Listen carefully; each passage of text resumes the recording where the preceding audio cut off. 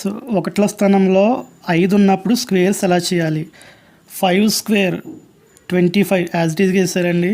ఒకటి తర్వాత వచ్చే నెంబర్ 2 ఒకట్ల 2 గుణించాలి 225.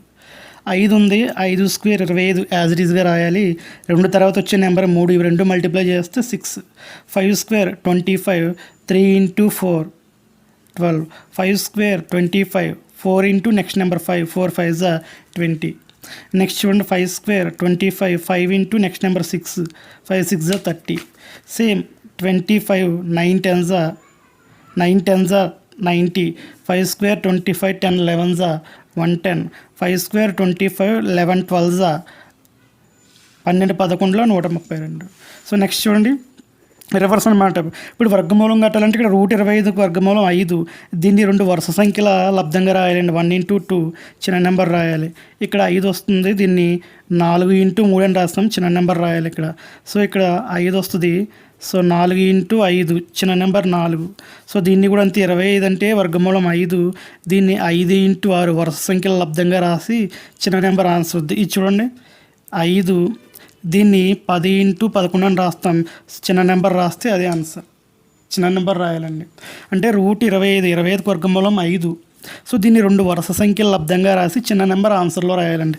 ఇది చూడండి √25 అంటే 5, సో దీన్ని వరుస సంఖ్యలు 8 9 72, సో చిన్న సంఖ్య 8 రాయాలండి. 8 సేమ్ అదేవిధంగా చూడండి చతురస్ర వైశాల్యం a² ఇచ్చేసాడు.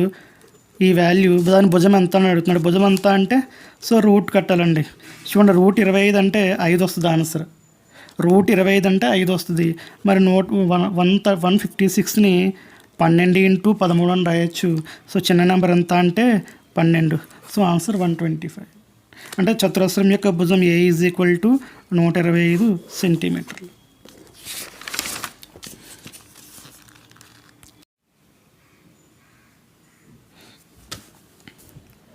సో ఒకట్ల స్థానంలో 5 ఉన్నప్పుడు స్క్వేర్స్ ఎలా చేయాలి? 5 స్క్వేర్ 25 యాజ్ ఇట్ ఈస్గా వేసారండి. ఒకటి తర్వాత వచ్చే నెంబర్ 2 ఒకట్ల 2 గుణించాలి 225. 5 ఉంది, 5 స్క్వేర్ 25 యాజ్ ఇట్ ఈస్గా రాయాలి. 2 తర్వాత వచ్చే నెంబర్ 3, ఇవి 2 మల్టిప్లై చేస్తే 6. 5 square 25, 3 into 4 12. 5 square 25, 4 into next number 5, 4 5 20.